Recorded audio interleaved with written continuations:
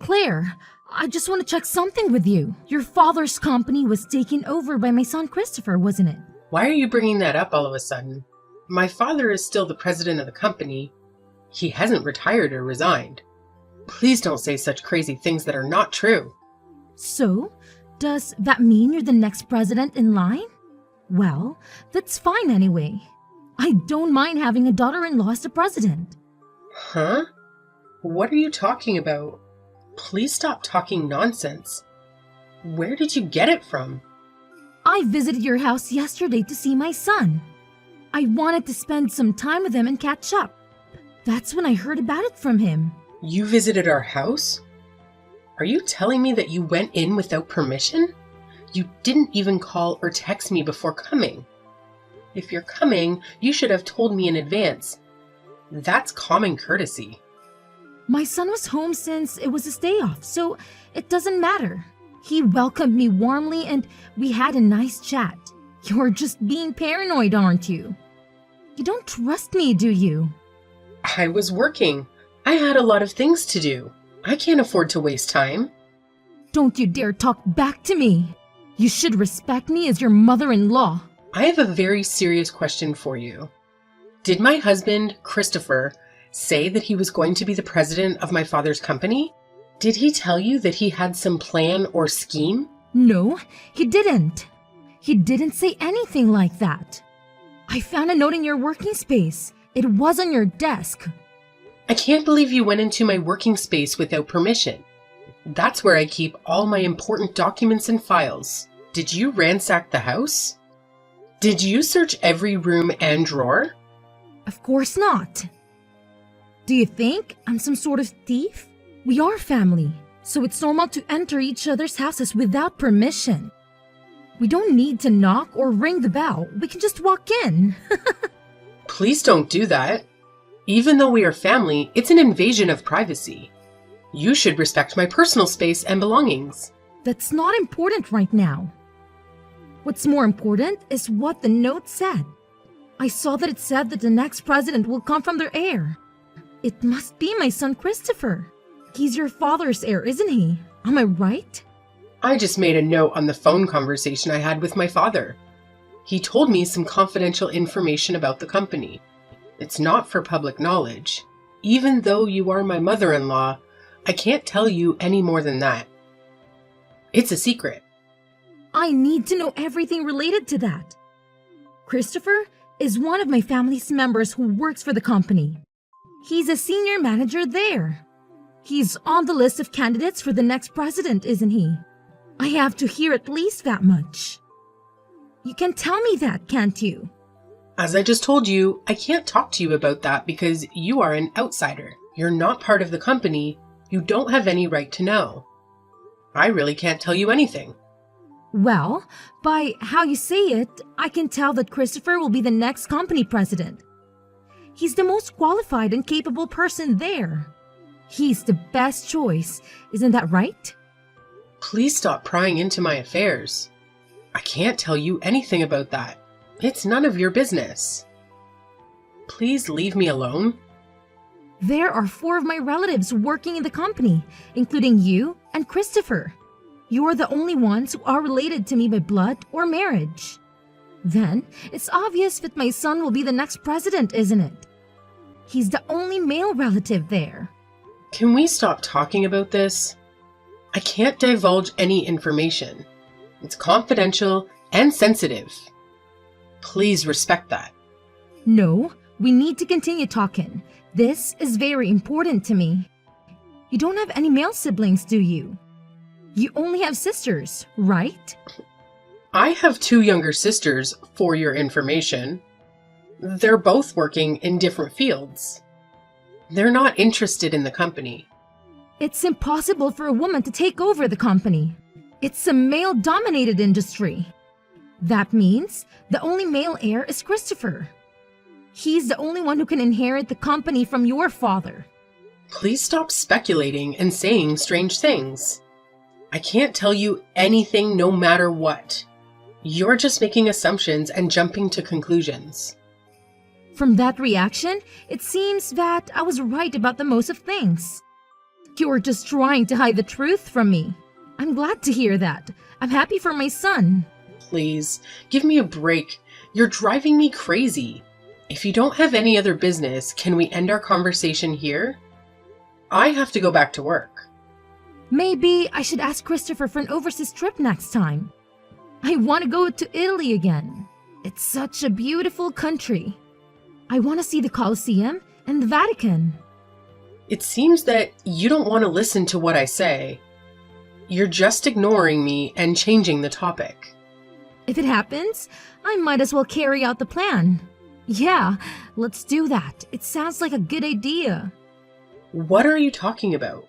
What plan? What are you planning to do? Don't worry about it now. You'll find out soon enough. See you later. Bye.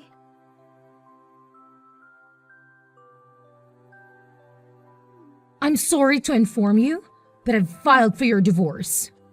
I've decided that it's time for us to end our relationships as in-laws. What? Was that really necessary after all this time? We've been married for over 10 years. Besides, your husband passed away last year. So shouldn't you have filed marriage termination papers at that time? Why are you filing for divorce now? What are you talking about? Don't be ridiculous. I'm grateful to my husband for leaving me a lot of inheritance. He was very generous and thoughtful. There's no way I'm terminating that now. I'm still his wife, even if he's gone. Wait a minute. Then whose divorce papers did you file? If you're not divorcing your husband, then who are you divorcing? You and Christopher. It's obvious, right? You are the ones who's getting divorced. I've filed the papers on your behalf. Huh? Why? Why would you do that? What's your reason for filing for our divorce? Since Christopher has become the president of the company, I don't need you anymore. You've served your purpose. I want you to proceed with the divorce and leave him alone. What on earth are you talking about? I don't know where to begin. How can you say such things? You're making no sense. You have a harsh personality, and to be honest, I didn't like you from the start. But I put up with it because you're the president's daughter. You had some influence and power in the company. I'm glad that I can finally let that go now. I knew that you didn't like me, but you're being too arrogant, you know? You're acting like you have the right to interfere in our marriage. You don't. Shut up. All I want is my son. He's the only thing that matters to me. Even this house belongs to us. Mother and son from today. I've always dreamed of living together with my son. Just the two of us. No way. You can't do that. You can't take me away with my husband and my home and kick me out like this. We've just completed our move into the high-rise where you and Christopher live. I'm a fast worker, aren't I? I don't waste my time. I've packed all our things and moved them there. You're so selfish. How can you do this to me? This house is in Christopher's name, right? Then it shouldn't be strange for his mother to live with him. Do you have a problem with that? Do you think it's weird? As you know, I live here too. This is my house as well. What were you thinking moving out without consulting me? You should have at least told me what you were planning to do. I mean, you're already divorced from Christopher, so it's time for you to move out. You don't belong here anymore. You're not his wife. I don't think having a discussion in advance with you is necessary. You don't have a say in this matter. Ella, please listen. Have you heard about the crime of forging documents? Do you know what that means? What is that? Do you mean it's a crime to write something without permission? To make something up? That's right. It's against the law to make a divorce decree without the permission of the persons concerned. You can't just file for divorce without our consent.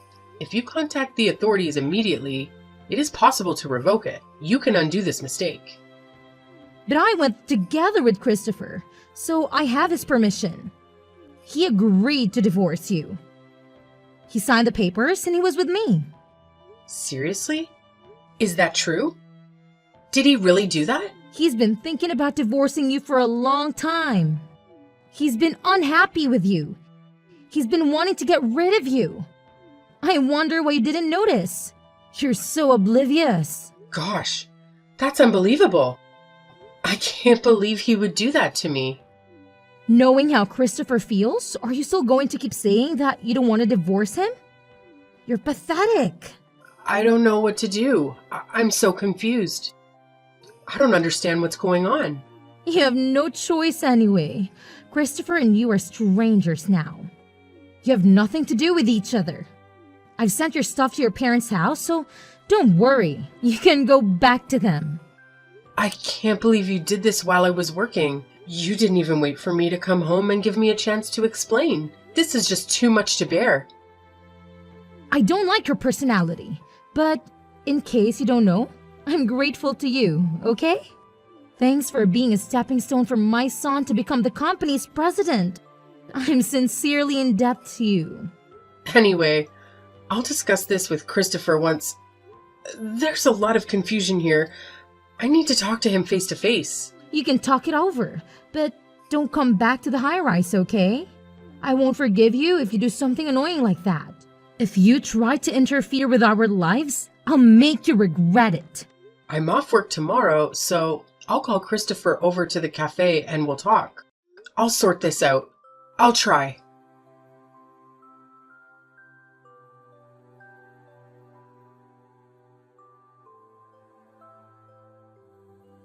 It's been a week since your divorce. I know you're not over it. You're still hurting and confused. I just want you to stop obsessing over Christopher because he's not worth it. Don't worry, I'm already over it. I've accepted the reality. We talked about it, and I didn't go to the authorities to cancel the divorce. I agreed to end our marriage.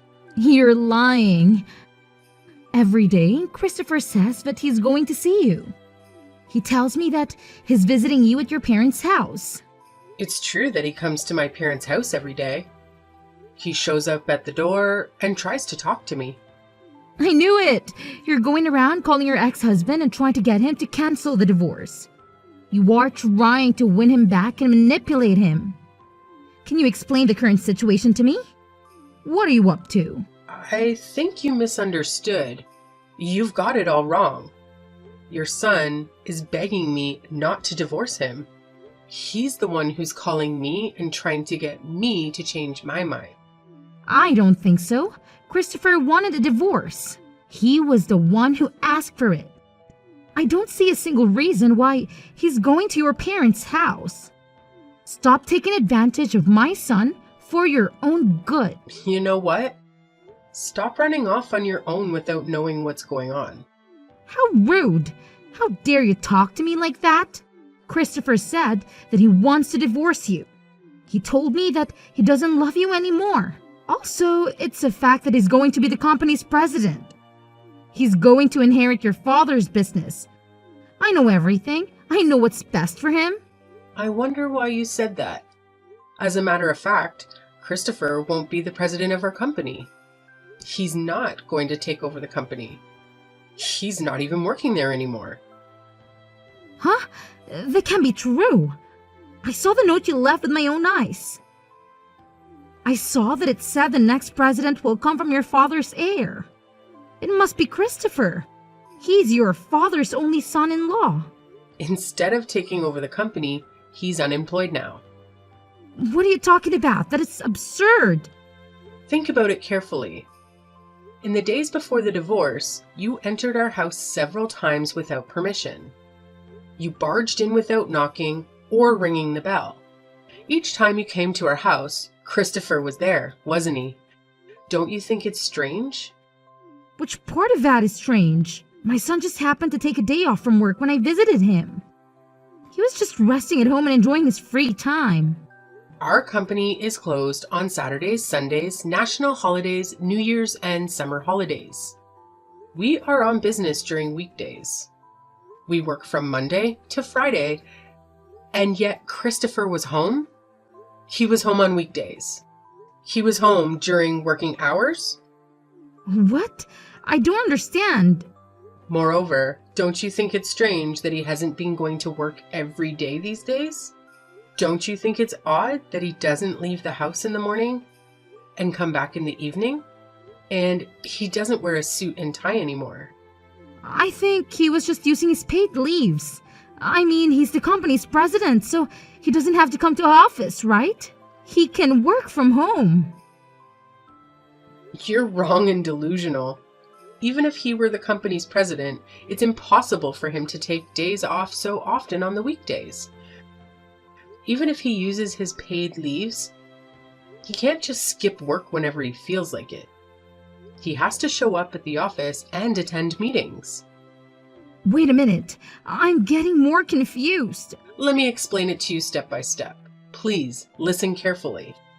First of all, Christopher was fired from our company 6 months ago. He was dismissed. What? Why?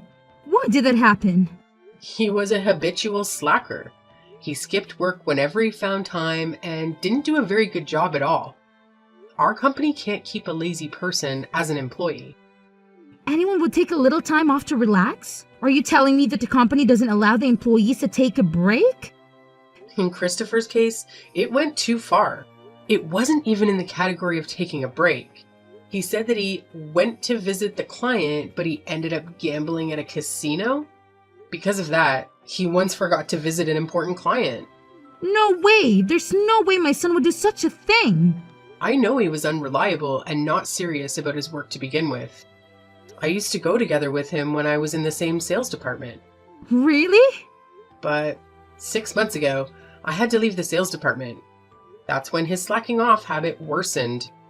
Then that means you're the cause too, right? Of course not. Christopher's already 35 years old. I think it's normal for him to do his job on his own. No, I don't think you should leave him by himself knowing that he can't do his job without help. You were his wife, weren't you? I've been appointed as an executive director, so there's no way I can follow up on the work of the sales department. What did you say? I was appointed as an executive director. Before that, I was the head of the sales department. My father nominated me for the position, so I was promoted. You didn't hear about this. No, I didn't. By any chance, are you the company's next president? I've told you many times, but I couldn't go into details because it's a company secret.